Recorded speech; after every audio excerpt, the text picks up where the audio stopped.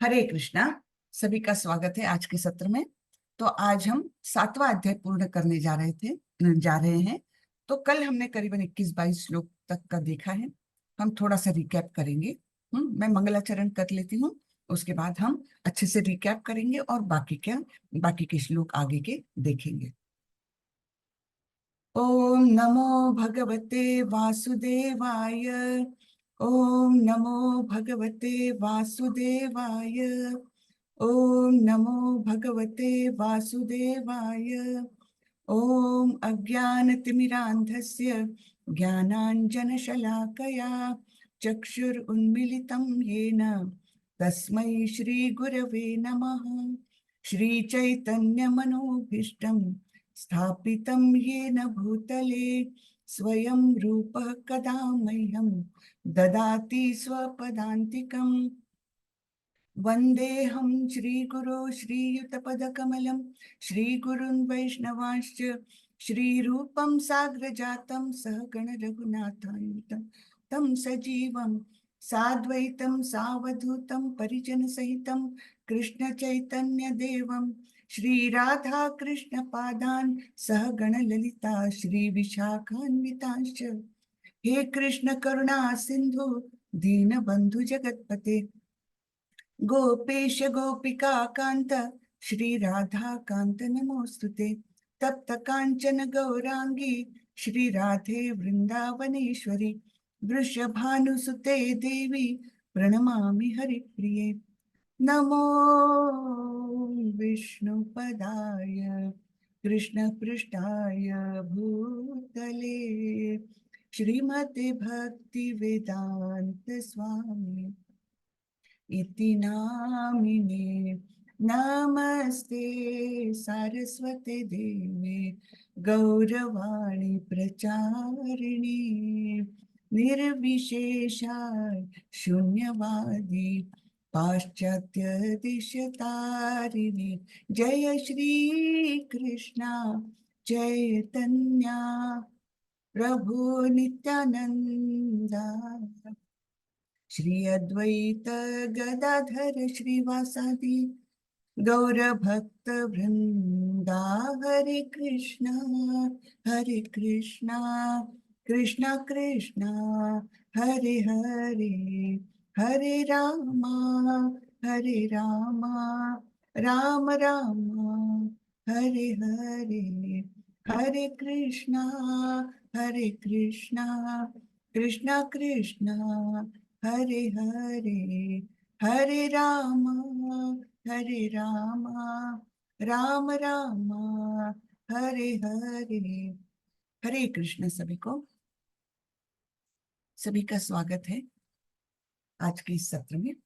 तो हमने कल 7वां अध्याय शुरू किया जो भक्ति योग प्रधान अध्याय में सबसे पहला अध्याय है। 7 से लेकर 12 तक हमें भक्ति के बारे में भगवान बताएंगे। तो वहां से शुरू किया था कि भगवान बोलते हैं मैं तुम्हें ऐसा ज्ञान दूंगा कि तुम्हारे लिए इस तरह तुम मेरी भावना से पूर्ण होकर और मन को मुझ में आसक्त करके योगाभ्यास के द्वारा पूर्णतया संशय रहित तुम मुझे जान सकते हो। वो मैं ज्ञान तुमको दूंगा, तुम सुनो। हाँ, इस प्रकार से शुरुआत की थी भगवान ने। फिर भगवान ने बहुत सारे विषय उन्होंने कवर किए। एक तो बताया परा और अपरा शक्तियों के बारे में, है ना। परा शक्ति जो है वो उच्च शक्ति है और अपरा शक्ति जो है वो भौतिक शक्ति है ना। तो जिनको अंतरंगा और बहिरंगा भी कहा जाता है। अंतरंगा शक्ति और बहिरंगा शक्ति। तो सारे जीव क्या है, सारे जीव जो है उनका भौतिक शरीर जो बना है वो तो अपरा शक्ति द्वारा निर्मित है? सारी भगवान की शक्तियां हैं, उनके परे कुछ भी नहीं, है ना। लेकिन इन दोनों कैटेगरीज में मेनली भगवान की शक्तियों को विभाजित किया जा सकता है और उनकी शक्तियां भी अनंत है, ठीक है। लेकिन परा और अपरा शक्तियों के बारे में भगवान यहाँ पर बता रहे हैं। तो पराशक्ति से निर्मित है हमारी आत्मा और अपराशक्ति से निर्मित है हमारा भौतिक शरीर, है ना। और यानी ये फ्रीडम हमको है कि हम कौन सा मार्ग अपनाएं, ठीक है ना, कि क्या हम आध्यात्मिक प्रगति करके हम पराशक्ति के द्वारा कंट्रोल में जाते हैं, तब हम कृष्ण की तरफ जाते हैं। और अपराशक्ति के द्वारा अगर हम कंट्रोल्ड है, तब हम माया के द्वारा प्रभावित है, माया के प्रभाव में। ठीक है ना, या तो हम कृष्ण को देखें, और कृष्ण को नहीं देखेंगे तो माया को देखेंगे। या तो हम कृष्ण के कंट्रोल में रहे, या तो फिर हम माया के कंट्रोल में रहे, है ना। यानी सूर्य और अंधकार, हाँ, जहां सूर्य वहां नहीं अंधकार, ये तो हम जानते हैं। तो सूर्य, कृष्ण सूर्य सम, माया है अंधकार, जहां कृष्ण तहां नहीं माया नो अधिकार। ठीक है ना। तो या तो हम कृष्ण को चुने, या तो फिर हम माया को चुने। और माया तो ऐसी प्रताड़ित करती है कि कुछ पूछो नहीं, है ना। सब सुख दुख सब कुछ ऐसे माया हमको प्रताड़ित करती रहेगी कि हम इस इन्हीं 84 लाख योनियों में आते जाते रहेंगे, बस इसके अलावा कुछ भी नहीं। मनुष्य जन्म को हम निष्फल कर देंगे, एकदम असफल जन्म रहेगा, है ना, केवल यही भौतिक चीजों में अटके रहकर। लेकिन अगर हम कृष्ण की तरफ देखते हैं, कृष्ण की शरण में जाते हैं, तो माया हमें प्रभावित नहीं कर सकती, है ना। जहां कृष्ण तहां नहीं माया नो अधिकार। ठीक है। तो ये परा और अपरा शक्तियों के बारे में हमने जाना। सॉरी। फिर आगे भगवान ने बताया है कि किस प्रकार 4 प्रकार के दुष्कृतिनों, जो पापी व्यक्ति है, पापात्माएं हैं, पापी आत्माएं हैं, तो वो किस प्रकार भगवान की शरण में कभी नहीं जाती। और इसके उल्टा जो 4 सुकृतिनों हैं, तो वे भगवान की शरण ग्रहण करते हैं। तो वो कौन से हैं? आर्त, आर्तो, जिज्ञासु, अर्थार्थी और ज्ञानी, है ना। 4 प्रकार के सुकृतिन लोगों के बारे में भगवान ने बताया है, और 4 प्रकार के दुष्कृतिन लोगों के बारे में भी बताया है। और क्या क्या बताया है भगवान ने? फिर बताया है कि जो भौतिक इच्छाओं से घिरे हुए लोग हैं, वे देवताओं की शरण में जाते हैं। हाँ, और तो और भगवान बोलते हैं कि मैं परमात्मा स्वरूप में उनके अंदर बैठा हुआ हूँ। और अगर व्यक्ति के मन में इच्छा जागृत होती है कि मैं इस देवता की शरण में जाऊं, इस देवता के पूजन करूं, जिससे मेरी ये इच्छा पूर्ण हो जाएगी, तो भगवान बोलते हैं मैं उसकी श्रद्धा को और स्ट्रांग भी बना देता हूँ, है ना। तो जिससे कि वो उस देवता के पूजन में लग जाए। ठीक है। तो यानी भगवान वहां पर अड़ंगा नहीं लगाते, अरे नहीं तुम गलत रास्ते जा रहे हो, ऐसा नहीं बोलते। वो उसकी इच्छा को और स्ट्रांग करते हैं, और श्रद्धा को स्ट्रांग करते हैं, और इस प्रकार वो व्यक्ति उस देवता के पूजन में लग जाता है। लेकिन भगवान बोलते हैं कि उनको भौतिक लाभ भी मिल जाता है, किंतु ये लाभ जो है वो एक्चुअली मेरे ही द्वारा दिया जाता है। वो लोग गलत समझते हैं कि ये लाभ मुझे देवताओं द्वारा मिला है। हाँ देखो, मुझ पर इस देवता ने कितनी कृपा की, मैंने ये व्रत का पालन किया, और मुझे मेरी सारी इच्छाएं पूर्ण कर दी इस देवता ने। लेकिन भगवान बोलते हैं ऐसा नहीं है, ये सारे जो उनको प्रदत्त लाभ है, वो सब मेरे ही द्वारा दिए जाते हैं। हाँ, तो इस प्रकार ये भी बताया भगवान ने, देवताओं की पूजन के बारे में बताया। और क्या बताया था? और क्या क्या बताया था, हम थोड़ा सा इसको रिकैप कर लेते हैं। हम्म हम्म, तो जिनकी बुद्धि भौतिक इच्छाओं द्वारा मारी गई है, वे देवताओं की शरण में जाते हैं, और वे अपने अपने स्वभाव के अनुसार पूजा के विशेष विधि विधानों का भी पालन करते हैं। ठीक है। तो इस प्रकार वो देवता के पूजन में लग जाते हैं। और भगवान ने क्या बताया था? हाँ, उन्होंने ये बताया था कि वो जो उनकी अपराशक्ति है, वो किस प्रकार प्रकट होती है। भूमिर आपो अनलो वायु खम मनो बुद्धिर एवच, है ना। अहंकार इतियन में भिन्ना प्रकृतिर अष्टधा, ये 8 प्रकार की मेरी अपरा प्रकृतियां है, और इसके ऊपर एक परा प्रकृति भी है, इसका वर्णन हुआ था। उसके बाद बताया था कि मुझे, मेरा एहसास तुम लोग कहाँ कहाँ कर सकते हो। तो बताया था, रसो हमअप्सु कौन्तेय प्रभास्मि शशि सूर्य हो, है ना, कि जब पानी का जो स्वाद है वो मैं हूँ, और सूर्य चंद्र का प्रकाश जो है वो भी मैं हूँ। तो इस प्रकार कहाँ कहाँ मुझे मेरा एहसास कर सकते हो तुम लोग, अनुभव कर सकते हो, इसके बारे में भी भगवान ने बताया था। तो और फिर क्या बताया था कि बलवानों का बल मैं हूँ और बुद्धिमान लोगों का बुद्धि मैं हूँ। इस प्रकार से अनेक बातें बताई थी, ठीक है ना। तो ये हो गया हमारा छोटा सा रिकैप 7वें अध्याय का। अब आगे बढ़ते हैं। तो यहाँ से हम चालू कर लेते हैं। यो यो याम याम तनुम भक्तः श्रद्धयार्चितुमिच्छति तस्य तस्या अचलां श्रद्धा तामेव विददाम्यहम्। मैं प्रत्येक जीव के हृदय में परमात्मा स्वरूप स्थित हूँ। जैसे ही कोई किसी देवता की पूजा करने की इच्छा करता है, मैं उसकी श्रद्धा को स्थिर करता हूँ, जिससे वह उसी विशेष देवता की भक्ति कर सके। ठीक है, तो ये हमने कल देखा था। तो थोड़ा सा तात्पर्य पढ़ लेते हैं। ईश्वर ने हर एक को स्वतंत्रता प्रदान की है। हम्म तो हम इसके ये स्वतंत्रता का एक झलक इसके एंड में भी देखने वाले हैं, भगवत गीता के एंड में। हाँ, 18वें अध्याय में हम देखने वाले हैं। भगवान ने इतना सारा उपदेश दिया 18 अध्यायों में, जो हम देखने वाले हैं। इतना सारा उपदेश दिया है अर्जुन को। लेकिन अंत में भगवान ने क्या बोला पता है अर्जुन को? हाँ, कि तुम्हारी जैसी इच्छा हो वैसे करो। मैंने तुमको अब सब कुछ बातें बता दी है, इसके बाद तुम्हें जैसा लगता है वैसा करो। भगवान ने ये नहीं बोला, अब देखो मैंने इतना लेक्चर दिया है तुमको, इतनी सारी बातें बताए, अब उठो और युद्ध करो। ये नहीं बोला भगवान ने। हाँ, उसके बाद बोला यथेच्छसि तथा कुरु। जैसी इच्छा हो तुम्हारी वैसा करो। इतनी फ्रीडम है हमको, है ना। हर जीव को ये स्वतंत्रता प्रदान की है भगवान ने। लेकिन हम क्या करते हैं? स्वतंत्रता का दुरुपयोग करते हैं और अपने आप को इस भौतिक जगत का स्वामी मान करके, अपने जो कुछ भगवान ने हमें चीजें दी है उनका स्वामी मान के हम स्वामित्व जताते हैं, जो हम है ही नहीं स्वामी, है ना। 5वें अध्याय के अंत में आपने वो श्लोक देखा होगा, भोक्तारं यज्ञ तपसां सर्वलोक महेश्वरं सुहृदं सर्वभूतानां ज्ञात्वा मां शांति मृच्छति। है ना। 5वें अध्याय के अंत में ये बोला हुआ है भगवान ने कि असली में वास्तव में भोक्ता कौन है? भोक्ता तो मैं हूँ। सभी चीजों का, सभी तपस्याओं का, सभी चीज का भोक्ता केवल मैं हूँ। भोक्तारम यज्ञ तपसा, यज्ञ और तप सारे कर्मों का भोक्ता एक्चुअली मैं हूँ। और फिर क्या बोला था? सर्वलोक महेश्वर, मैं ही सभी लोगों का स्वामी हूँ। लेकिन हम क्या सोचते हैं? मैं इस घर का स्वामी हूँ, मैं इस जमीन का स्वामी हूँ, मैं इस धन का स्वामी हूँ, है ना।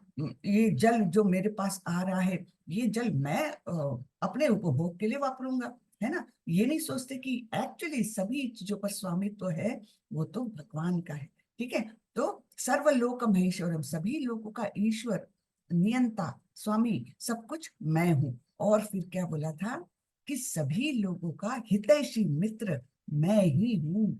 तो सभी जीव जैसे हमने सोचना चाहिए कि मुझे डरने की क्या आवश्यकता है इस जगत में, है ना। हर पग पग पर हम डरते हैं, कल क्या होगा, हाँ मेरा बुढ़ापे में क्या होगा, और मेरे बच्चों का कैसे होगा मेरे जाने के बाद। ये सब हम कितने डर डर के रहते हैं, है ना। हर क्षण हम डर के रहते हैं। लेकिन भगवान क्या बोल रहे हैं? कि सभी जीवों का हितैषी मित्र मैं हूं, है ना। अगर हितैषी मित्र हमारे भगवान है तो हमें डरने की आवश्यकता ही क्या, है ना। ये भी सोचना चाहिए कि जो कुछ भी यहाँ होता है उसका प्री अप्रूवल भगवान का है, और भगवान का अप्रूवल है तो वो होगा ही, और वो हमारे हित में ही होगा। अभी हमको समझेगा नहीं ये बात, लेकिन अल्टीमेटली वो हमारे हित के लिए ही होता है। इसलिए कोशिश करना हमारा काम है, लेकिन उसके बाद जो कुछ है वो भगवान द्वारा प्रदत्त है, ये सोच करके हमने आगे बढ़ना चाहिए, है ना। जैसे हम कोई परीक्षा के लिए बहुत मेहनत करते, वो हमारा कर्तव्य है। परीक्षा देना है तो उसके लिए मेहनत करना, जी जान लगा देना, बिल्कुल ठीक है, ये हमारा कर्तव्य है। लेकिन उसका फल क्या मिलेगा ये हमने नहीं सोचना चाहिए, क्योंकि जो होगा भगवान की इच्छा से होगा, और जो हमको देंगे वो हमारे भलाई के लिए होगा। आप लोगों को शायद एक कहानी पता नहीं होगी, सत्य घटना है, कहानी नहीं बोल सकते उसको।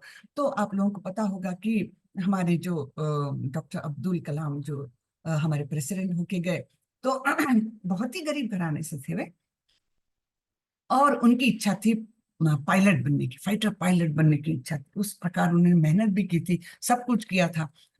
और हरिद्वार में भी सॉरी इंटरव्यू देने गए थे और उसमें भी फेल हो गए। अब जाते समय घर की इतनी गरीबी थी कि उन्होंने, उनकी एक शादीशुदा बहन थी, उनकी एक चूड़ी को गिरवी रख के वो टिकट के पैसे जुगाड़ किए थे और वैसे वो इंटरव्यू के लिए गए थे। तो जब वे फेल हो गए तो इतने निराश हो गए थे, इतने निराश हो गए थे कि वे गंगा किनारे मतलब ऐसे घूम रहे थे और मन में बहुत निराश विचार थे कि अब मतलब जीवन को अंत कर देना चाहिए। मैं क्या, किस मुंह से जाऊं मेरे घर में, जिन्होंने मेरे लिए यानी मैरिड बहन की चूड़ी गिरवी रख के आना पड़ा था उनको, तो मैं किस मुंह से मतलब के बताऊं कि मैं तो फेल हो गया, है ना। तो इस प्रकार एक अत्यंत निराशा में थे। तो एक महाराज जी मतलब साधु वहां से गुजर रहे थे, उन्होंने देखा ये बच्चा बड़ा निराश दिख रहा है, गंगा किनारे घूम रहा है, शायद इसके मन में कुछ भला बुरा विचार चल रहा है। तब वो उसको लेकर गए, पूछा तुमने खाना खाया क्या, और इस प्रकार उनको ये किया। और बोले कि तुम इस प्रकार निराश क्यों दिख रहे, तो उन्होंने बोला कि मैं बड़ी कठिनाई से यहाँ आया हूँ और मेरा सिलेक्शन नहीं हुआ। तो उन्होंने बताया कि तुम्हारा जन्म कुछ बड़े काम के लिए हुआ है, सोचो मत कि तुम इसमें निराश हो गए, ये सोचो कि भगवान ने तुम्हारे लिए दूसरे दरवाजे खोले हुए हैं, बस उन दरवाजे को तुमको ढूंढना है। और आप जानते हैं उसके बाद तो हिस्ट्री हो गई है। हाँ, कितने महान व्यक्तित्व, है ना। तो हमको राष्ट्रपति के तौर पर मिले और मिसाइल मैन, है ना, मिसाइल मैन ऑफ इंडिया, इतने उच्च मतलब उनका रिकग्निशन हुआ। तो ये हमने हमेशा सोचना चाहिए कि कुछ भी हमारी इच्छा के विरुद्ध होता है तो उसमें भी भगवान का कुछ योजना है, बस हमको उस योजना का पता लगाना है। अनप्लैंड कुछ भी नहीं है भगवान के जगत में, ठीक है। नथिंग हैपेंस बाय एक्सीडेंट, सब कुछ भगवान की योजना है। हमको अपना काम करना है, हमको अपना कर्तव्य करना है, उसके बाद छोड़ दो, वो हमारा सब भलाई करेंगे, क्योंकि उन्होंने बोला है कि मैं तुम्हारा सबका, सभी जीवों का हितैषी मित्र हूँ। ठीक है ना, कितनी सुंदर बात बोली है। ये 5वें अध्याय के अंत में आप लोगों ने सुना हुआ है, पढ़ा हुआ है। ठीक है, तो आगे बढ़ते हैं हम। तो ये स्वतंत्रता की बात हो रही है, ईश्वर ने हर एक को स्वतंत्रता प्रदान की है। अतः यदि कोई पुरुष भौतिक भोग करने का इच्छुक है और इसके लिए देवताओं से सुविधा चाहता है, तो प्रत्येक हृदय में परमात्मा स्वरूप स्थित भगवान उसके मनोभावों को जानकर ऐसी सुविधाएं प्रदान करते हैं। समस्त जीवों के परम पिता के रूप में वे उनकी स्वतंत्रता में हस्तक्षेप नहीं करते, अपितु उन्हें सुविधाएं प्रदान करते हैं जिससे वे अपनी भौतिक इच्छाएं पूरी कर सके। कुछ लोग यह प्रश्न कर सकते हैं कि सर्वशक्तिमान ईश्वर जीवों को ऐसी सुविधाएं प्रदान करके उन्हें माया के पाश में गिरने ही क्यों देते हैं। इसका उत्तर यह है कि यदि परमेश्वर उन्हें ऐसी सुविधाएं प्रदान न करे तो फिर स्वतंत्रता का कोई अर्थ नहीं रह जाता। अतः वे सबों को पूर्ण स्वतंत्रता प्रदान करते हैं, चाहे कोई कुछ करे। किंतु उनका अंतिम उपदेश हमें भगवत गीता में प्राप्त होता है। मनुष्य को चाहिए कि अन्य सारे कार्य को त्याग कर उनकी शरण में आए, इससे मनुष्य सुखी रहेगा। ठीक है। तो भगवान हमें स्वतंत्रता देते हैं, हर एक चीज में देते हैं, किंतु ये उपदेश हमने ध्यान में रखना चाहिए कि हमारा परम सुख, जो अल्टीमेट सुख है, वो केवल भगवान के चरणों में है, बाकी कहीं भी नहीं। बाकी सब क्या है, मायरा अंधकार, माया का अंधकार है। तो हमें सूर्य की तरफ जाना है। हाँ, कृष्ण सूर्य सम, माया है अंधकार, जहां कृष्ण तहां नहीं मायरा अधिकार। ओके, तो चलो आगे बढ़ते हैं।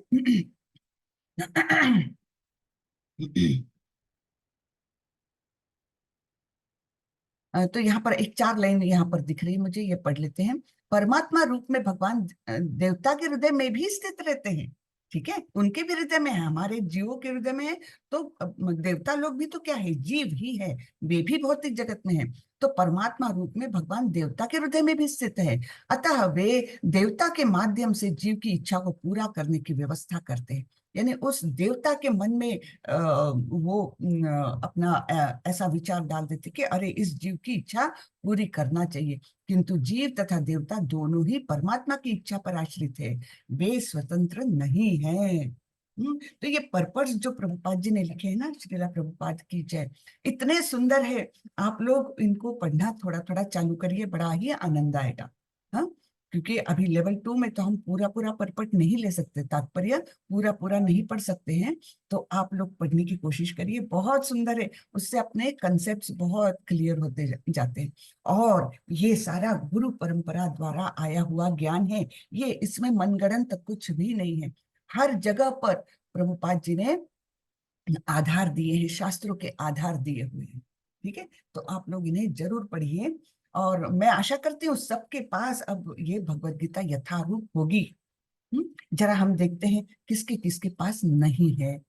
आज ये कर लेते हैं, किसके किसके पास नहीं है भगवत गीता यथारूप। हैंड रेस करें कृपा करके, कृपया हैंड रेस करें।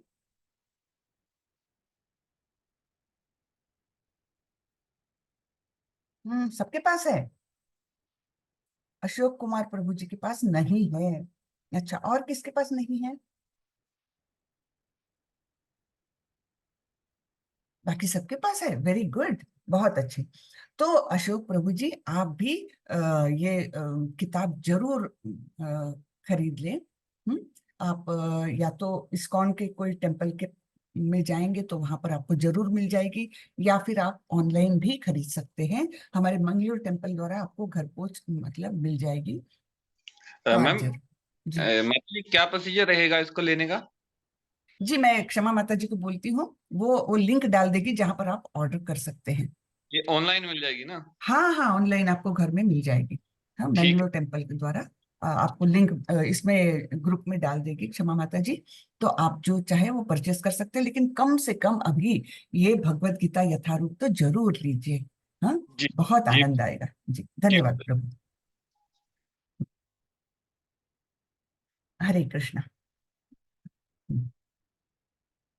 तो ये ऐसे यानी हम थोड़ा थोड़ा भी पढ़ते हैं तो उससे हमारी जो विचारधारा है वो बदलने में और सुदृढ़ होने में, कृष्ण के चरणों में सुदृढ़ करने में ये तात्पर्य जो है बहुत आपको लाभदायक लगेंगे। सतया श्रद्धया युक्तस् तस्याराधनमीहते लभते च ततः कामान मय्येव विहितान् हितान्। ऐसी श्रद्धा से समन्वित वह देवता विशेष की पूजा करने का यत्न करता है और अपनी इच्छा की पूर्ति करता है, किंतु वास्तविकता तो यह है कि ये सारे लाभ केवल मेरे द्वारा प्रदत्त है। तो ये सारे लाभ देता कौन है? एक्चुअली भगवान ही देते हैं, क्योंकि देवता भी पूर्ण रूप से भगवान कृष्ण पर आश्रित है। इसलिए हमको ये नहीं सोचना चाहिए कि इस देवता की मैंने पूजा की, इस देवता के लिए व्रत किया तो इसलिए मेरी इच्छाएं पूर्ण हुई, ऐसा नहीं है। देते हैं सब कुछ भगवान, सब कुछ जो उत्पन्न होता है वो सब कुछ भगवान द्वारा ही। अंतवन्तु फलं तेषां तद्भवत्यल्पमेधसां देवान् देवयजो यान्ति मद्भक्ता यान्ति मामपि। अल्प बुद्धि वाले व्यक्ति देवताओं की पूजा करते हैं और उन्हें प्राप्त होने वाले फल सीमित तथा क्षणिक होते हैं। देवताओं की पूजा करने वाले देवलोक को जाते हैं, किंतु मेरे भक्त अंततः मेरे परम धाम को प्राप्त होते हैं। ठीक है, तो गंतव्य भी बता दिया कि ये तो जो देवताओं की पूजा करते हैं वो देवलोक में जाते हैं, यानी अल्टीमेटली भौतिक जगत में ही बद्ध रहते हैं, है ना। देवता लोग भी क्या है, उनके पास इंद्रिय सुख बहुत है, उनकी आयु बहुत है, उनकी हेल्थ मच मच बेटर है अपने से, उनकी बुद्धि बहुत ज्यादा है अपने से, लेकिन अल्टीमेटली वे भी भौतिक जगत में ही हैं जैसे हम हैं। तो इसलिए वो जो कुछ हमको फल देते हैं वो कैसा रहता है? सीमित और क्षणिक। ठीक है, तो इस प्रकार भगवान बोलते हैं कि अल्प बुद्धि वाले लोग देवताओं की पूजा करते हैं और उनके उनके जो फल मिलते हैं जो मेरे द्वारा प्रदत्त है वे कैसे रहते हैं? सीमित और क्षणिक रहते हैं। तो देवताओं की पूजा करने वाले देवलोक को जाते हैं, किंतु मेरे भक्त अंततः मेरे परम धाम को प्राप्त होते हैं। और भगवान का धाम कौन सा है, जिसे कहते हैं गोलोक वृंदावन। आध्यात्मिक जगत में है ये सबसे ऊंचा स्थान है ये, सारे ही सृष्टि का, पूर्ण सृष्टि का सबसे ऊंचा स्थान है। उसके नीचे है वैकुंठ लोक। वैकुंठ लोकों में भी अनेक प्लैनेट्स हैं। हाँ, वैकुंठ लोक और गोलोक वृंदावन ये आध्यात्मिक जगत के हैं। उसके बाद ये हमारा सारे फिर ब्रह्मांडों की स्थिति आई है। उसके बाद ये सारा भौतिक जगत शुरू होता है।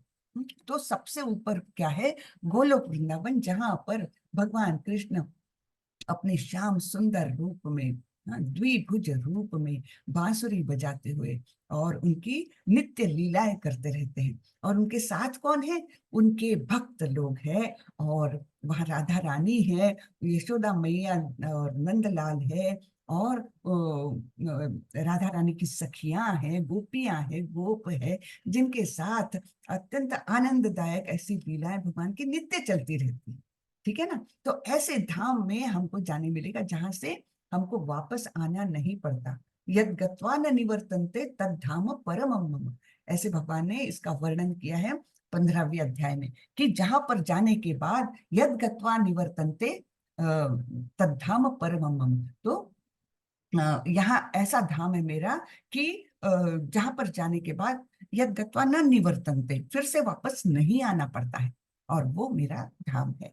तो ऐसा ये परम धाम है जहां पर हम कृष्ण की पूजा करके, कृष्ण के भक्त बन के, कृष्ण का नित्य दास बन के हम इस परम धाम को प्राप्त कर सकते हैं।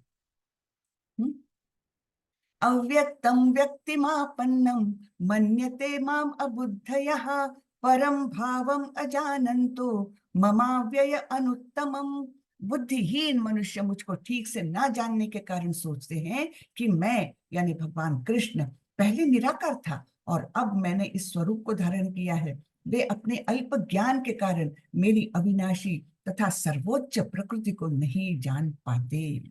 तो लोग क्या सोचते हैं कि जो कृष्ण है, जिस रूप में वे आए थे, वृंदावन में रहते थे, मथुरा में जन्म लेकर वृंदावन गए, उसके बाद द्वारकाधीश बने, है ना, और कृष्ण अर्जुन का सारथ्य कर रहे हैं। तो ऐसे कृष्ण को लोग क्या बोलते हैं, बुद्धिहीन बुद्धिहीन लोग क्या समझते हैं कि पहले मैं निराकार था, हाँ, और ये स्वरूप मैंने अभी धारण किया है। और वे अल्प ज्ञान के कारण मेरी अविनाशी और सर्वोच्च प्रकृति को नहीं जान पाते। तो भगवान की प्रकृति कैसी है, वास्तव में वे अविनाशी, ना उनका आदि है ना अंत है, और उनका नित्य स्वरूप वो ही है जो उन्होंने वृंदावन में, द्वारका में और मथुरा में दिखाया था। द्विभुज रूप, ये ही उनका वास्तविक नित्य स्वरूप है। और सर्वोच्च प्रकृति के हैं। लेकिन अब शरीर तो हमारे जैसा दिखता है उनका, लेकिन शरीर कैसा है, वो भी आध्यात्मिक है। उनकी आत्मा में और शरीर में कोई भिन्नता नहीं है। हमारा कैसा है, हमारी आत्मा पराशक्ति द्वारा निर्मित है जो अविनाशी है, लेकिन हमारा शरीर जो है भौतिक है, वो एकदम ही टेम्पररी है ना, बार बार हमें शरीर बदलना पड़ता है। लेकिन भगवान का वैसा नहीं, उनका वो नित्य स्वरूप नित्य ही है। उनकी आत्मा में और उनके शरीर में कोई भेद नहीं। तो ये जो ज्ञान है, ये अल्प ज्ञानियों के पास कहाँ से आएगा। वे तो भगवान को सोचते हैं कि पहले निराकार थे, फिर उन्होंने ये टेम्पररीली ये शरीर स्वरूप ये धारण किया है, और उसके बाद फिर से वो निराकार हो जाएंगे, ऐसे सोचते हैं। लेकिन वैसा नहीं है।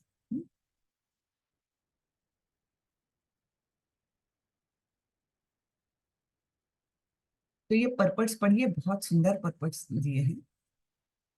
नाहं प्रकाश सर्वस्य योगमाया समावृतः मूढ़ोऽयं नाभिजानाति लोको माम अजमव्ययम्। मैं मूर्खों तथा अल्पज्ञों के लिए कभी भी प्रकट नहीं हूँ, उनके लिए तो मैं अपनी अंतरंगा शक्ति द्वारा आच्छादित रहता हूँ। अतः वे यह नहीं जान पाते कि मैं अजन्मा तथा अविनाशी हूँ। तो भगवान बोलते हैं मूर्ख और अल्पज्ञ, जो अल्प बुद्धि वाले हैं, अल्प ज्ञान वाले हैं, उनके सामने मैं प्रकट नहीं होता है ना। उनको ये वास्तविकता समझती ही नहीं है कभी भी कि मैं एक्चुअली परम पिता परमेश्वर हूँ, जिसका स्वरूप कैसा है, अजन्मा अविनाशी, ना उनका जन्म होता है ना अंत होता है, और सर्वशक्तिमान। ऐसा जो मेरा स्वरूप है वो मैं उनके लिए प्रकट ही नहीं करता। क्यों प्रकट करूं? जिनको समझने की बुद्धि ही नहीं है उनके सामने मैं क्यों प्रकट करूं, है ना? तो उनके लिए मैं अपनी अंतरंगा शक्ति द्वारा आच्छादित रहता हूँ। जैसे सूरज तो है ही, सूरज का अस्तित्व तो है ही, सिर्फ उसके सामने बादल आ जाते और हम क्या सोचते हैं, अरे आज सूरज उगा ही नहीं है। लेकिन क्या है, वो थोड़े से बादल उसको कवर कर देते हैं, हमारी दृष्टि को कवर करते हैं, सूर्य को नहीं कवर करते वे हमारी दृष्टि को कवर करते हैं। उसी प्रकार भगवान बोलते हैं कि मैं अंतरंगा शक्ति द्वारा उनके सामने मैं आच्छादित रहता हूँ, उनके सामने मैं प्रकट नहीं होता और मैं अपना वास्तविक स्वरूप उनको नहीं दिखाती। जो मेरे भक्ति में आते हैं, जो मेरी सेवा करने के इच्छुक होते हैं, उन्हीं के सामने मैं प्रकट होता हूँ।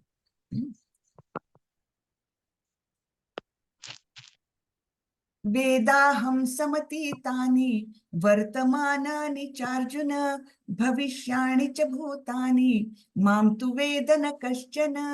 हे अर्जुन, श्री भगवान होने के नाते मैं जो कुछ भूतकाल में घटित हो चुका है, जो वर्तमान में घटित हो रहा है और जो आगे आने वाला है, वह सब कुछ मैं जानता हूँ। मैं समस्त जीवों को भी जानता हूँ, किंतु मुझे कोई नहीं जानता।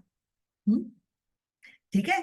तो भगवान सब कुछ जानते हैं, वे परमात्मा स्वरूप में हर जीव के अंदर है और हर जीव के विचार से लेकर, उसके शरीर से लेकर, उसकी इच्छाओं से लेकर सब कुछ जानते हैं।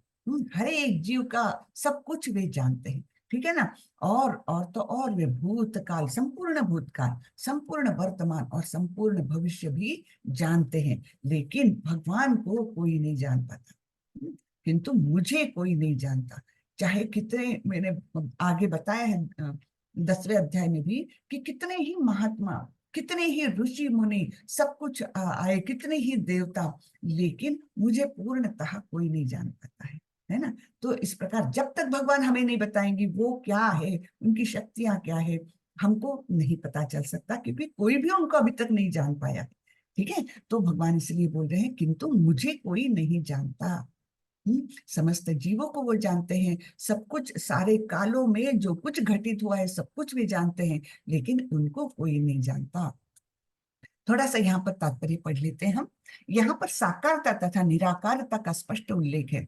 यदि भगवान कृष्ण का स्वरूप माया होता, जैसा कि मायावादी मानते हैं, तो उन्हें भी जीवात्मा की भांति अपना शरीर बदलना पड़ता और विगत जीवन के विषय में सब कुछ विस्मरण हो जाता। कोई भी भौतिक देहधारी अपने विगत जीवन की स्मृति बनाए नहीं रख पाता, न ही वह भावी जीवन के विषय में या वर्तमान जीवन की उपलब्धि के विषय में भविष्यवाणी कर सकता है। अतः वह यह नहीं जानता कि भूत, वर्तमान तथा भविष्य में क्या घट रहा है। भौतिक कल्मश से मुक्त हुए बिना वह ऐसा नहीं कर सकता।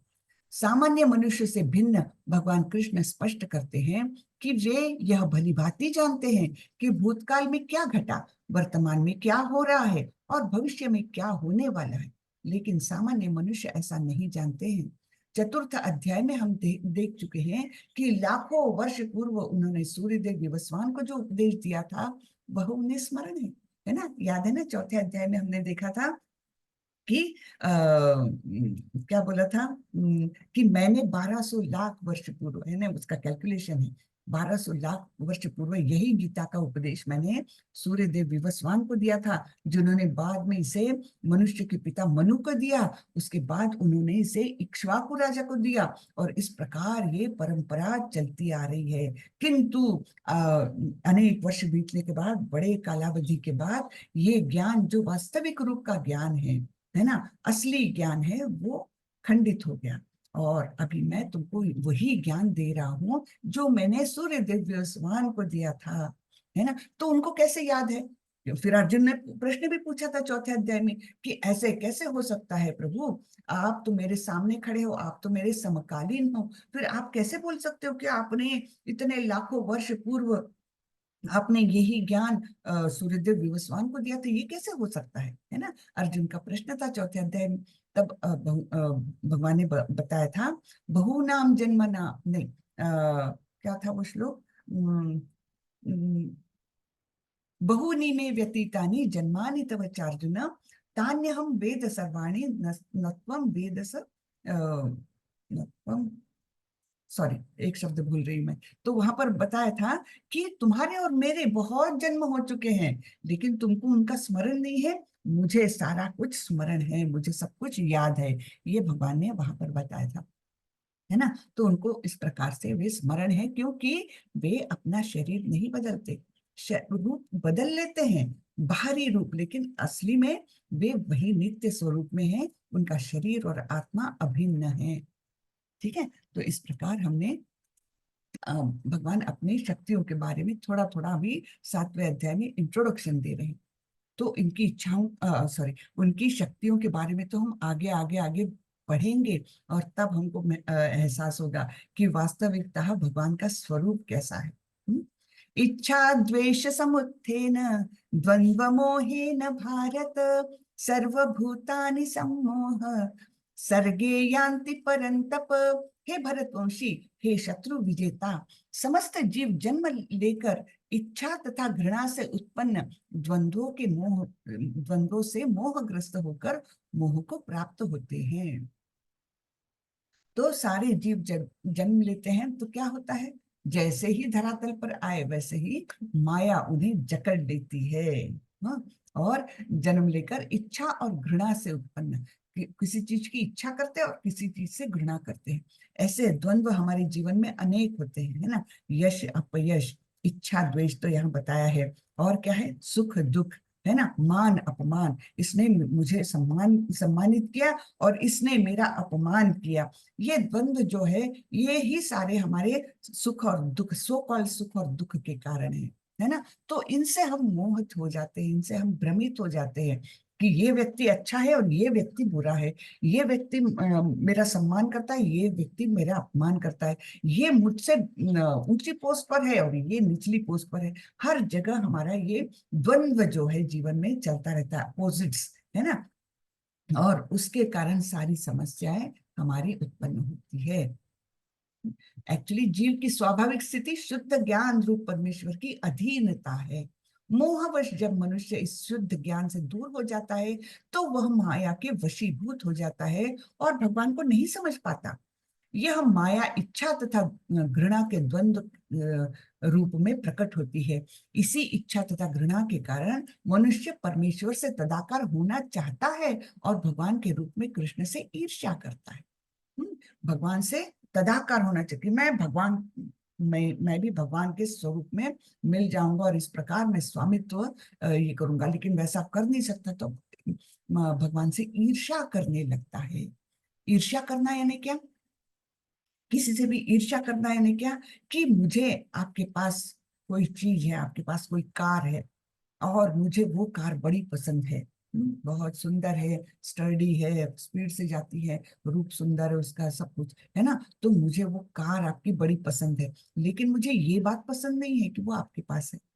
तब हम बोलते कि मैं आपसे ईर्ष्या कर रही हूँ, है ना। तो आपके पास जो है वो मुझे अच्छा लगता है, लेकिन ये बात मुझे पसंद नहीं कि वो आपके पास है।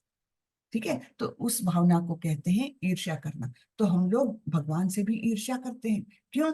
अरे, भगवान तो सब जगह पूजे जाते हैं, भगवान तो इतने शक्तिशाली है, भगवान का रूप तो इतना सुंदर है, भगवान के पास तो इतना ऐश्वर्य है ना। काश ये सब कुछ मुझे पसंद है, काश ये सब मेरे पास होता तो कितना अच्छा होता। तो हम भगवान से भी ईर्ष्या करते हैं। ऐसे हम जीव है, नीच प्रकृति के जीव है, कि जो हमारे परम पिता परमेश्वर है, उनसे भी हम ईर्ष्या करते हैं। तो किंतु शुद्ध भक्त इच्छा तथा घृणा से मोहग्रस्त नहीं होते, अतः वे समझ सकते हैं कि भगवान श्री कृष्ण अपनी अंतरंगा शक्ति से प्रकट होते हैं। पर जो द्वंद्व तथा ज्ञान के कारण मोहग्रस्त है, वे सोचते हैं कि भगवान भौतिक यानी अपरा शक्तियों द्वारा उत्पन्न है, यही उनका दुर्भाग्य है। तो हम लोग बहुत गलत समझते हैं कि भगवान भी अपरा शक्ति द्वारा उनका शरीर निर्मित है, लेकिन वैसा नहीं है। वे पूरी तरह से अपनी अंतरंगा शक्ति द्वारा अपना शरीर रखते हैं। ठीक है।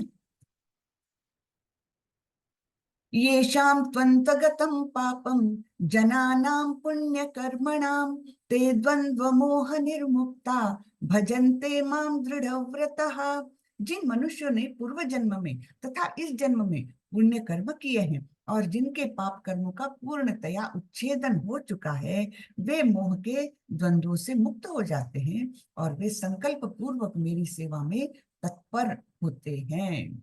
ठीक है, तो जो पुण्य आत्माएं होगी, जिन्होंने बहुत सारे पुण्य गत जन्म भी में भी किए हैं और इस जन्म में भी पुण्य कर्म ही कर रहे हैं, जिनके पाप कर्मों का संचित जो है वो पूर्णतया नष्ट हो गया है, वो पाप का बैलेंस 0 और पुण्य का बैलेंस बहुत ज्यादा। जब ये बैलेंस शीट में दिखता है तब फिर क्या हो जाता है, ऐसी बैलेंस शीट से हम क्या होते हैं, द्वंद्व से मुक्त हो जाते हैं, मोह से, मोह माया से मुक्त हो जाते हैं और फिर हम भक्ति में जा सकते हैं। तो ऐसे ही लोग जिनका पुण्य संचय बहुत ज्यादा है और पाप कर्म का संचय 0 हो गया है, वे ही भगवान के भक्त बन सकते हैं। जरा मरण मोक्षाय मामाश्रित्य यतन्ति ये, ते ब्रह्म तद्विदुः कृष्णम अध्यात्मम कर्म चाखिलम। जो जरा तथा मृत्यु से मुक्ति पाने के लिए यत्नशील रहते हैं, वे बुद्धिमान व्यक्ति मेरी भक्ति की शरण ग्रहण करते हैं। वे वास्तव में ब्रह्म हैं, क्योंकि वे दिव्य कर्मों के विषय में पूरी तरह से जानते हैं। तो हमारे जो भौतिक जगत की वास्तविक समस्याएं कौन सी है? सबसे बड़ी समस्या है हमारी, जिनसे हमको कभी छुटकारा मिल ही नहीं सकता इस भौतिक जगत में, वो कौन सी है? जन्म, मृत्यु, जरा, व्याधि। ये 4 हमारी वास्तविक समस्या है। जन्म, क्यों जन्म बोल रहे हैं हम? क्योंकि हम जब जन्म लेते हैं ना, जब माता के गर्भ में रहते हैं, तब हमको अत्यंत पीड़ादायक परिस्थिति में रखा जाता है। बहुत ही पीड़ादायक रहती है। ऐसा लगता है मानो हजारों बिच्छू एक साथ काट रहे हैं।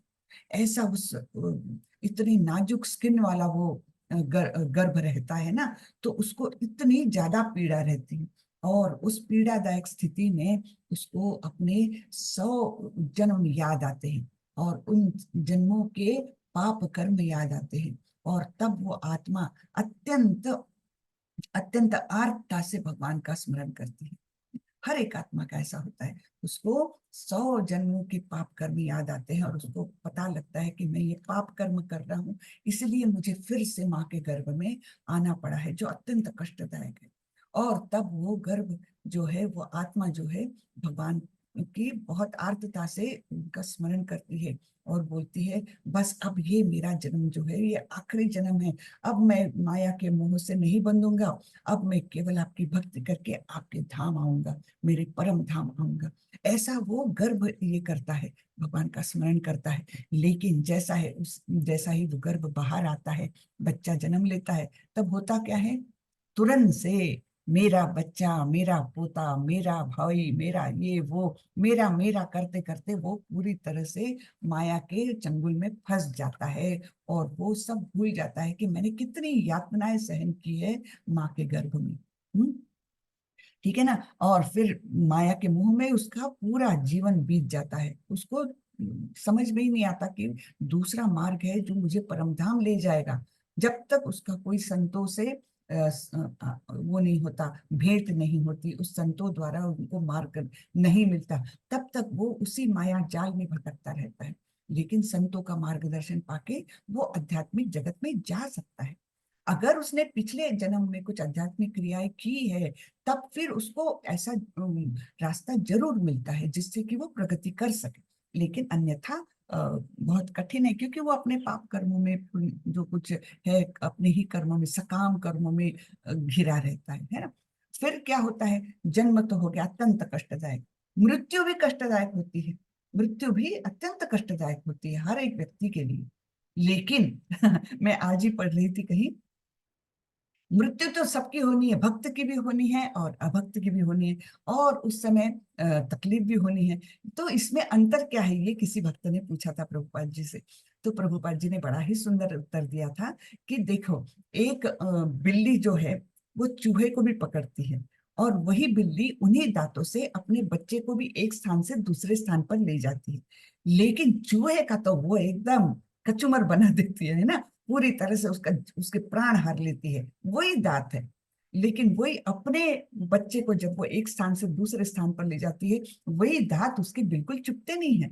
बिल्कुल उसी तरह मृत्यु तो सभी जीवों की होनी है, सभी शरीरों की होनी है, लेकिन जब भक्त की मृत्यु होती है तो वो मृत्यु क्लेशदायक नहीं होती, वो मृत्यु भी उसको संभाल के ले जाती है। हाँ, जैसे एक बिल्ली अपने बच्चे को मुंह में दांत में रख के ले जाती है। ठीक है ना। तो ये आजकल में मैंने पढ़ा तो मुझे याद रहा। तो जन्म भी कष्टदायक है, अत्यंत कष्टदायक है, मृत्यु भी अत्यंत कष्टदायक है। फिर इस बीच, जन्म और मृत्यु के बीच में हमको क्या क्या मिलता है? जरा यानी बुढ़ापा मिलता है, और व्याधियां, अनेक रोग मिलते हैं हमारे शरीर को, जो अत्यंत पीड़ादायक रहते हैं। तो जन्म, मृत्यु, जरा, व्याधि, ये चार तो जो है वो हमारी वास्तविक समस्याएं हैं, जिनसे हमें कोई छुटकारा दे सकता है क्या? नहीं, कोई भी नहीं दे सकता। कितना भी बड़ा से बड़ा साइंटिस्ट हो, कितना भी बड़ा से बड़ा बुद्धिमान व्यक्ति हो, कितना भी बड़ा से बड़ा डॉक्टर हो, वो हमको इन चार चीजों से कभी भी मुक्ति नहीं दिला सकता। तो इसलिए ये वास्तविक समस्याएं हैं हमारी, और इनसे जो जो भक्त हो जाता है, हाँ, तो जो जरा तथा मृत्यु से मुक्ति पाने के लिए यत्नशील रहते हैं, वे बुद्धिमान व्यक्ति मेरी भक्ति की शरण ग्रहण करते हैं, है ना। तो अगर जन्म होगा तो मृत्यु होगी ही, है ना। जन्म के साथ साथ मृत्यु आती ही है। तो जब मृत्यु से हम मुक्ति पाना चाहते हैं तो जन्म से मुक्ति अपने आप मिल जाएगी। यानी क्या, कि हम ना हमारा जन्म होगा, ना हमारी मृत्यु होगी, ना हमको बुढ़ापा आएगा, और ना हमको व्याधियां होगी। ये कब हो सकता है? जब हम भगवान की शरण में जाते हैं। वे वास्तव में ब्रह्म हैं, क्योंकि वे दिव्य कर्मों के विषय में पूरी तरह से जानते हैं। तो ऐसे व्यक्ति जो भगवान की शरण भक्ति के द्वारा शरण ग्रहण करते हैं, उनको भगवान बोल रहे हैं कि वास्तव में ब्रह्म है ना। तो क्योंकि वे सब भगवान के दिव्य कर्मों के विषय में पूरी तरह से ज्ञान रखते हैं। देखो, जन्म, मृत्यु, जरा तथा रोग इस भौतिक शरीर को सताते हैं, आध्यात्मिक शरीर को नहीं। आध्यात्मिक शरीर के लिए ना जन्म है, ना मृत्यु, ना जरा, ना रोग। अतः जिसे आध्यात्मिक शरीर प्राप्त हो जाता है, वह भगवान का पार्षद बन जाता है और नित्य भक्ति करता है, वही मुक्त है। अहम ब्रह्मास्मि, मैं आत्मा हूँ, कहा गया है कि मनुष्य को चाहिए कि वह यह समझे कि मैं ब्रह्म या आत्मा हूँ। जीवन का यह ब्रह्म बोध ही भक्ति है, जैसा कि इस श्लोक में कहा गया है। शुद्ध भक्त ब्रह्म पद पर आसीन होते हैं, और वे दिव्य कर्मों के विषय में सब कुछ जानते हैं। ठीक है ना। तो कितना सुंदर ये विश्लेषण सब कुछ किया हुआ है। अब ये आखिरी श्लोक आता है 7वें अध्याय का। साधिभूताधिदैवं मां साधियज्ञं च ये विदुः प्रयाण कालेऽपि च मां ते विदुर्युक्त चेतसः। जो मुझ परमेश्वर को मेरी पूर्ण चेतना में रहकर मुझे जगत का, देवताओं का तथा समस्त यज्ञ विधियों का नियामक जानते हैं, वे अपनी मृत्यु के समय भी मुझ भगवान को जान और समझ सकते हैं। ठीक है। तो भगवान की चेतना में रहकर ना, पूरी तरह से उनमें मन बुद्धि लगा करके जो ये जानते हैं कि सारे ही लोगों के स्वामी कौन है, नियंता कौन है, नियामक कौन है, भगवान है। तो ऐसे जो पूर्ण रूप से भगवान को जानने लगते हैं, उनको मृत्यु के समय भी भगवान का ही स्मरण होता है, उस समय भी वे भगवान को जान और समझ सकते हैं। फिर ऐसी मृत्यु पाकर क्या होता है, वो हम 8वें अध्याय में देखने वाले हैं। ठीक है। इसके अगले अध्याय में हम देखने वाले हैं कि मृत्यु के समय अगर हमने भगवान का स्मरण किया, तब हमारा गंतव्य क्या होगा, हम कहाँ जाएंगे, ये हमको 8वें अध्याय में भगवान बताने वाले हैं। बड़े ही सुंदर श्लोक आने वाले हैं 8वें अध्याय में भी। ठीक है। तो यहाँ पर ये हमारा 7वां अध्याय पूर्ण होता है। किसी को कुछ प्रश्न है तो पूछ सकते हैं। हरे कृष्ण।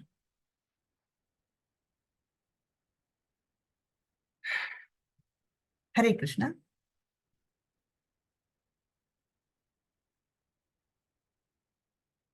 किसी का कुछ प्रश्न नहीं है? चैट में कुछ है क्या? नहीं, अटेंडेंस है सर। माता जी मुझे लगता है, हरे कृष्ण माता जी, माता जी मुझे लगता है कि बहुत डिवोटियों के पास बुक नहीं है, इसीलिए वो पढ़ नहीं पाते हैं, इसीलिए ओ, क्वेश्चन रेज नहीं कर पाते हैं। ऐसा ऐसा मुझे लगता है। हाँ क्योंकि लेकिन जब हम पढ़ते हैं तो हमारे प्रश्न जरूर होंगे। अगर पढ़ने के बाद प्रश्न नहीं है, ये तो बहुत अच्छी बात है। पर प्लीज बुक्स ले लीजिए और पढ़िए उनको। प्रभुपाद जी ने बहुत सुंदर तरीके से एक्सप्लेन किया है। परपट पढ़ने में इतना आनंद आता है कि आपको समय का बिल्कुल पता नहीं चलता है। बिल्कुल सही। प्लीज बुक्स लीजिए। हरे जी कृष्ण। हरे कृष्ण। आदित्य प्रभु का कुछ प्रश्न है लगता है। हरे कृष्ण। हरे कृष्ण माता जी। हरे कृष्ण जी। माता जी, मेरे मन में दो प्रश्न आ रहे हैं जो थोड़ा सा मैं डिस्कस करना चाहूंगा। जी प्रभु। तो ये है कि लेवल 1 में भी अभी भी हम लोगों ने कहीं ना कहीं जिक्र आया है कि जैसे हमें पाप कर्म नहीं कमाने चाहिए, हम्म, इसी प्रकार से हमें पुण्य कर्म भी नहीं कमाने चाहिए, तभी हम जीवन मरण के चक्र से मुक्त हो सकते हैं। हम्म, हम्म, क्योंकि अगर हम दोनों में से किसी बंधन में बंधे तो उसको चुकाने के लिए हमें फिर से एक सुटेबल जो है अगला जन्म लेना पड़ेगा। हम्म, ठीक है, तो लेकिन अब शायद आज मुझे थोड़ा सा क्लियर नहीं हुआ कि आज ये एक मेंशन हुआ कि हमारे जब पुण्य कर्म जो है उनका बैलेंस बढ़ता जाएगा तो हम जो है वो भक्ति में लीन होते जाएंगे या कृष्ण भक्ति की तरफ प्रवृत्त होंगे। तो थोड़ा सा मुझे इसको दोबारा एक बार एक्सप्लेनेशन अगर आप कर दें, फिर से समझा दें एक बार, जी जी। तो ये बहुत अच्छा रहेगा। और दूसरा मैं बाद में पूछ लूँ या साथ साथ पूछ लूँ? हाँ पूछ लीजिए फिर देखते हैं।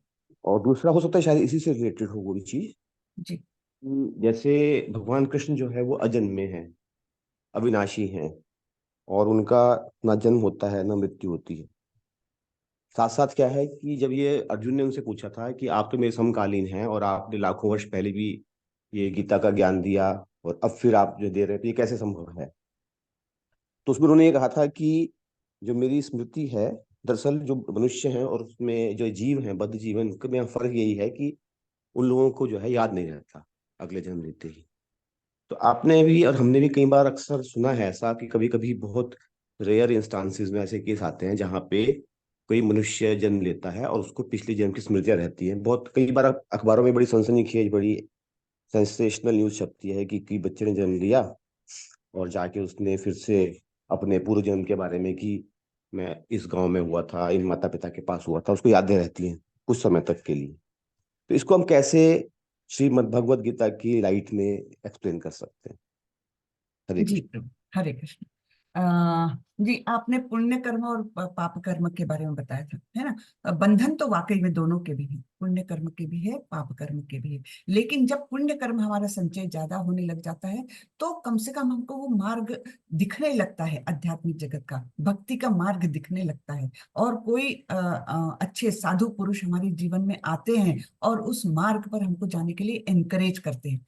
पाप कर्म का संचय रहेगा तो ऐसे व्यक्ति हमारे जीवन में आएंगे ही नहीं, है ना। तो यानी पुण्य कर्म के द्वारा हमारा होगा क्या, भौतिक जगत में तो आ गए, लेकिन इससे बाहर निकलने का रास्ता तभी ओपन होगा जब हमारे पास पुण्य संचय होगा, है ना। नहीं तो ये मार्ग भी नहीं ओपन होगा।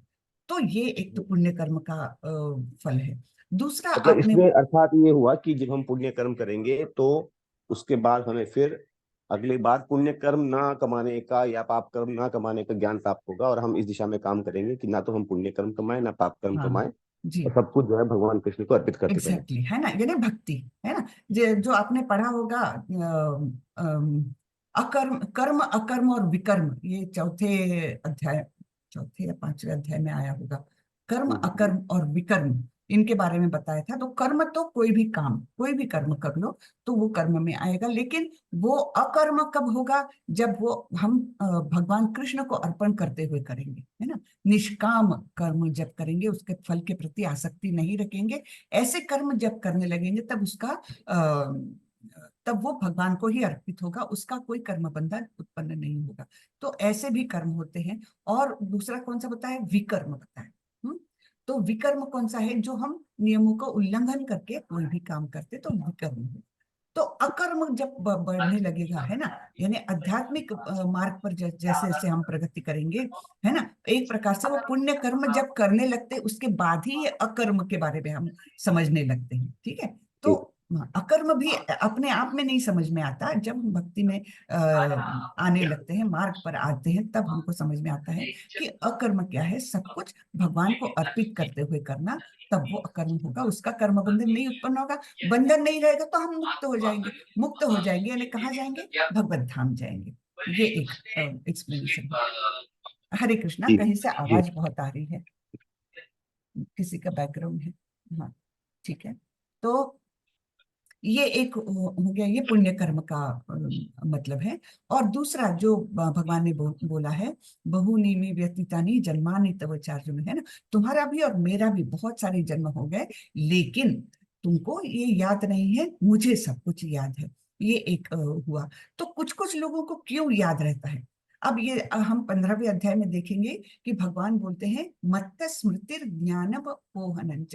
तो ज्ञान, स्मृति और विस्मृति, ये सभी कुछ भगवान देते हैं। वो हमारे हृदय में स्थित है और वे हमको ज्ञान, स्मृति और विस्मृति भी देते। तो विस्मृति क्यों देते हैं? कि कंफ्यूजन ना हो। हम हमारे लिए बहुत ज्यादा तकलीफें पैदा हो जाएगी अगर हमको विस्मृति नहीं मिलेगी तो, है ना। जैसे पिछले जन्म का याद रहना, ये भी एक बहुत क्लेश कारक है। अगर किसी का बहुत ज्यादा अटैचमेंट है कोई घटनाओं के पीछे, जैसे किसी किसी का मृत्यु है ना, जैसे किसी को मार डाला गया है, तो वो लास्ट में उसके मेमोरी में क्या रहेगा कि ये व्यक्ति मुझे मार रहा है, ये व्यक्ति मेरा मतलब मेरे देह को खत्म कर रहा है। ये जो स्मृति है वो मन लेकर के अगले जन्म तक जाता है। ऐसे लोगों को जिनका कुछ घटनाएं ऐसी है कि वो बहुत ही ज्यादा क्लेशकारक हुए या फिर बहुत ही ज्यादा सुखमय, लेकिन वैसी घटनाएं सुखमय वाली तो मेरी जानकारी में नहीं है, लेकिन क्लेशदायक घटनाओं की स्मृति कहीं तो भी आगे जाती है मन के द्वारा। जैसे वायु गंधार निवासयात, जैसे वायु के साथ सुगंध फैलती है फूलों की, उसी प्रकार ये हमारा सूक्ष्म शरीर वो कुछ यादें लेकर आगे जाता है।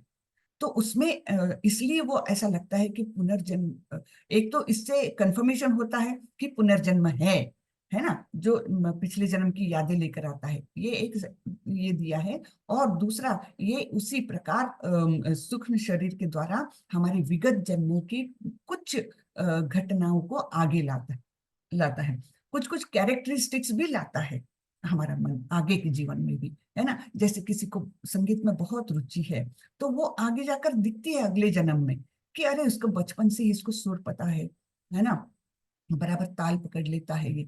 तो उसका म्यूजिक का पिछले जन्मों का पैशन कहीं तो भी वो एक सुगंधि के समान, जैसे फूलों की सुगंध दूर तक जाती है, वैसे ही ये मन के द्वारा अगले जन्म तक भी पहुंचती है। तो वो देते हैं भगवान। हाँ, ये हमारा सूक्ष्म शरीर हमको कैरी फॉरवर्ड करने का अलाउ करता है सूक्ष्म शरीर जी के माध्यम से। जी जी हाँ, तो ये हम 15वें अध्याय में भी देखने वाले हैं। वहां पर ये बताया गया है कि जिस प्रकार वायु फूलों की सुगंध को दूर तक ले जाती है, उसी प्रकार कुछ मतलब हमारे क्या बोलते हैं अटैचमेंट्स या ऐसी चीजें जो कैरी फॉरवर्ड होते हैं, कोई सूक्ष्म मात्रा में ही सही, लेकिन जाते हैं, है ना। तो ये जी बताया गया है। जी। हरे कृष्ण माता जी। हरे कृष्ण। धन्यवाद। धन्यवाद। और किसी का कुछ प्रश्न है? प्रतीक प्रभु जी। हरे कृष्णा माता जी। हरे कृष्ण प्रभु। माता जी, आपने बताया है 4 प्रकार के प्राणी जो भगवान को प्राप्त होते हैं। उनमें आर्त क्या, जिज्ञासु। उनकी क्या विशेषताएं हैं या क्या डिफरेंस हैं? आप एक बार फिर से बताएंगे उनमें? जी जी जरूर। तो 4 प्रकार के सुकृतिन बोला है। पाप पुण्यात्माएं हैं ये, है ना, अच्छे लोग हैं जिनका पुण्य संचय है। तो ऐसे 4 प्रकार के लोग हैं, आर्त, जिज्ञासु, अर्थार्थी और ज्ञानी। तो ये लोग परमेश्वर को मानते हैं, लेकिन जब तक संकट में नहीं है या उनकी वो विशेषताएं जागरूक नहीं होते, जैसे जिज्ञासु के मन में जिज्ञासा उत्पन्न होना कि भगवान क्या है, क्या करते हैं, है ना, ऐसे या आर्त व्यक्ति जो अत्यंत संकट में ही भगवान को स्मरण करता है, हाँ, आर्त, फिर अर्थार्थी, जैसे जिनको पैसे की जरूरत है, जैसे जैसे मैंने कल ध्रुव महाराज का उदाहरण दिया था, उनको चाहिए था कि मैं मेरे पिता से भी बड़ा बड़ा राज्य प्राप्त करूं। या हम लोगों में से भी बहुत लोग होते हैं कि जिनके यहाँ कभी पैसों का संकट आ गया तो फिर वो पूजा पाठ में लग जाते हैं, महालक्ष्मी माता की पूजा करते हैं कि भाई कि मेरे घर में जरा धन की प्राप्ति हो जाए, घर में सब सुख समृद्धि आ जाए। इस प्रकार हम लोग भी करते हैं, है ना। तो अर्थार्थ यानी जिनको पैसे की जरूरत है, आर्थ यानी जो अत्यंत पीड़ा में जीवन व्यतीत कर रहे हैं, और जिज्ञासु यानी जिनके मन में जिज्ञासा उत्पन्न हो रही है कि क्या है भगवान, क्या बोलते हैं, कैसे रहते हैं, कहाँ रहते हैं, हाँ, उनकी क्रियाएं क्या है, उनके कर्म कैसे हैं, उनके साथ कौन कौन रहता है, क्या वे अकेले रहते हैं कि उनके साथ रहता है, उन्होंने ये जगत क्यों निर्माण किया। हाँ, इस प्रकार की जिनके मन में जिज्ञासा उत्पन्न होती है, वे भी भगवान के पास मतलब भगवान की भक्ति में लग जाते हैं, जिज्ञासु। और सबसे टॉप मोस्ट है ज्ञानी, जो ज्ञान तो प्राप्त कर लिए हैं, लेकिन फिर भी ज्ञान पर अपने आप में परिपूर्ण नहीं होता, भक्ति के माध्यम से ही वो भगवत धाम तक पहुंच सकते हैं। तो ज्ञान तो प्राप्त कर लिया, लेकिन फिर भी भगवान की भक्ति, जो सेवामय भक्ति होती है, वो नहीं जिनकी जागृत हुई, ऐसे भी ज्ञानी लोग हैं जो भगवान के विषय में और ज्यादा ज्ञान प्राप्त करने के लिए भगवान के पास जाते हैं, भगवान की ओर अपना ये करते हैं, मतलब उनके बारे में जानकारी और हासिल करके भक्ति में जाते हैं। तो इसका उदाहरण शास्त्रों में दिया गया है। ब्रह्मा जी के 4 पुत्र जो थे, 4 कुमार जिनको बोला जाता है। कभी कभी मंदिरों में हम देखते हैं 4 छोटे छोटे बालकों के वो चित्र लगे रहते हैं, या उनकी शिल्पकारी में बताया जाता है। वो वस्त्र नहीं पहने रहते, 4 ऐसे बालक हैं। तो ये ब्रह्मा जी के पुत्र थे, और ब्रह्मा जी ने उनको निर्माण क्यों किया था कि वे प्रजा को बढ़ाए। लेकिन वे चारों बोलने लगे कि हमको ज्ञान अर्जित करने में ही सुख मिलता है, हम कुछ ये शादी वादी के चक्कर में नहीं पड़ेंगे, और प्रजा बढ़ाने के कार्य में हम सहयोग नहीं देंगे। तब ब्रह्मा जी ने उनको श्राप दिया था कि तुम लोग 4 साल के बच्चे के समान ही रहो। हाँ, तो इस प्रकार वो हमेशा उनका जीवन 4 साल के बच्चे के समान ही रहा। और फिर वो जब वैकुंठ गए थे, कि देखे तो ज्ञान तो उनको पूरा था, लेकिन देखे तो भगवान कैसे है, क्या है। तो इस प्रकार वे वैकुंठ में गए थे, और तब जय विजय नाम के 2 द्वारपालों ने उनका रास्ता रोका था। तब उन्होंने क्रोधित हो गए थे, और क्रोध के कारण फिर भगवान वहां स्वयं आए और उन्होंने दर्शन दिए। और जैसे ही भगवान के दर्शन उनको हुए, जैसे ही भगवान ने पहनी हुई तुलसी की माला की सुगंध उन्होंने सुनी, और उसी समय वे अपना ज्ञानी से भक्त बन गए। तो ज्ञानी से भी भक्त ये उच्च श्रेणी का माना जाता है। भक्त जो है वो ही भगवान के पास जा सकता है, और भगवान को पूरी तरह से जान सकता है। तो ये ज्ञानी का टॉप, ज्ञानी के ऊपर है भक्त। एक श्लोक में आया भी था कि बहुनाम जन्म नामन्ते ज्ञानवान मान प्रपद्यते वासुदेव सर्वमिति स महात्मा सुदुर्लभ। तो ये अत्यंत सुदुर्लभ है, अत्यंत दुर्लभ है, जो ज्ञानी आगे जाकर के ये जान पाता है कि वासुदेव सर्वमिति, जो कुछ है वो कृष्ण ही है। ये जिसने जान पाया, वैसा महात्मा अत्यंत दुर्लभ है। तो ऐसे ये 4 प्रकार के लोग हैं जिनको सुकृतिन कहा है भगवान ने, और ये भगवान की शरण में जाते हैं। पहले सकाम भक्ति से ही जाते हैं, मतलब कुछ इच्छाएं लेकर ही जाते हैं, लेकिन धीरे धीरे वे भक्ति में कन्वर्ट हो सकते हैं, क्योंकि वो अच्छे सुकृतिन है वो। इसलिए दुष्कृतिन तो जाते ही नहीं है, भगवान की शरण में कभी भी नहीं जाते, है ना। माता जी, जिज्ञासु और ज्ञानी व्यक्ति पुण्य आत्मा में माने जाएंगे, पर बाकी 2 भी पुण्य आत्मा में गिने जाएंगे। हाँ, कम से कम उनको भगवान की याद तो आई, आर्त स्वरूप में रहते हुए ही, पीड़ादायक परिस्थिति में रहते हुए भी उनको कम से कम भगवान की याद तो आई। हाँ, तो इसलिए उनको भी पुण्यात्मा बोला है भगवान ने। नहीं तो पीड़ा में रहकर भी जो बुरे लोग हैं उनको तो भगवान की याद ही नहीं आएगी। कम से कम उनको याद तो आई भगवान के शरण में तो गए, है ना। तो इसलिए उनको भी भगवान ने सुकृतिन बोला है। आर्त, जिज्ञासु, अर्थार्थी और ज्ञानी, ये चारों को भगवान ने सुकृतिन बोला है कि उन्होंने अच्छे कर्म किए हैं, इसलिए कम से कम उनको उस परिस्थिति में ही सही भगवान की याद तो आई, है ना। जी माता जी, धन्यवाद। धन्यवाद प्रभु। हरे कृष्णा। हाँ, माता जी एक, अच्छा, और कोई प्रश्न है तो पहले वो पूछ लें। जी, और किसी का प्रश्न है क्या? हरे कृष्णा। नहीं है प्रतीक प्रभु, आप पूछिए। माता जी मेरी एक और प्रश्न है, ये क्लास से रिलेटेड नहीं है। जी अ, माता जी एस्कॉन में 108 गीता के महत्वपूर्ण श्लोकों की चर्चा होती है जी कि ये हमें याद होने चाहिए, जी तो वो 108 श्लोक कहीं पे मिल सकते हैं मुझको? जी जी, आप YouTube पर सर्च करिए, वहां मिल जाएंगे, गूगल में सर्च करिए, है ना, माता जी आपको मिल वो जाएंगे। मैंने किया था, पर वो सारे श्लोक आते हैं उसमें, वो 108 नहीं आते जो एस्कॉन में हमें बताए जाते हैं कि बहुत इम्पोर्टेंट श्लोक हैं। ठीक है, मैं कल लिंक डाल देती हूँ, फिर मैं ढूंढ के उसकी लिंक डाल देती हूँ आपके पास, इसमें ठीक है, धन्यवाद ग्रुप। माता जी। जी, हरे कृष्ण। हरे कृष्णा। और किसी का कुछ प्रश्न है? चलिए, तो कल हम 8वां अध्याय देखने वाले हैं। आज यहीं पर खत्म करते हैं। वाचा कल्पतरुभ्यश्च कृपा सिन्धुभ्यैव च पतितानां पावनेभ्यो वैष्णवेभ्यो नमो नमः। अनंत कोटि वैष्णव वृंद की जय, श्रीला प्रभुपाद की जय। हरे कृष्ण। हरे हरे कृष्ण कृष्णा माता सब। जी। हरे कृष्णा धन्यवाद। माता जी। हरे कृष्णा। हरे कृष्णा माता जी। हरे कृष्णा। क्षमा माता जी, आपने आरती माता जी को वो जॉइन उसमें ग्रुप में ले लिया क्या, कलकत्ता वाले ग्रुप में? माता जी मेरे को आरती माता जी ने हाँ, मैं मैसेज सॉरी, भेजा मेरे को है। मैं हाँ, कल मैं मेरे को पिंग करना भूल गई। मैं आपको मेरे को आज, हाँ आप भेज दीजिएगा माता जी मेरे को हाई लिखकर। मैं हाँ कलकत्ता जी वाले हाँ ग्रुप जी, में आपको ऐड कर दूंगी। बेंगलोर वाले ग्रुप में तो मेरे को 2 डिवोटी ने बोला था, तो मैंने उनको ऐड करवा दिया था। एक मुंबई वाले ग्रुप में ऐड करवाया था मैंने एक डिवोटी को। बहुत तो बढ़िया, बहुत मैं बढ़िया। पिंग हमारे करती हूँ आपको हमारी सब। क्लास से काफी लोग जा रहे हैं माता जी, क्या 4-5 बात है, लोगों के नाम तो हैं मेरे क्या पास। बात है, आई एम हरी सो बोल हैप्पी, हरी बोल। बहुत अच्छी बात है। वाह वाह। कौन कौन जा रहे हैं, जरा हैंड रेस करेंगे? अभी है क्या वो लोग? आरती माता जी का तो पता है, और कौन? चलिए, नहीं है लगता कोई।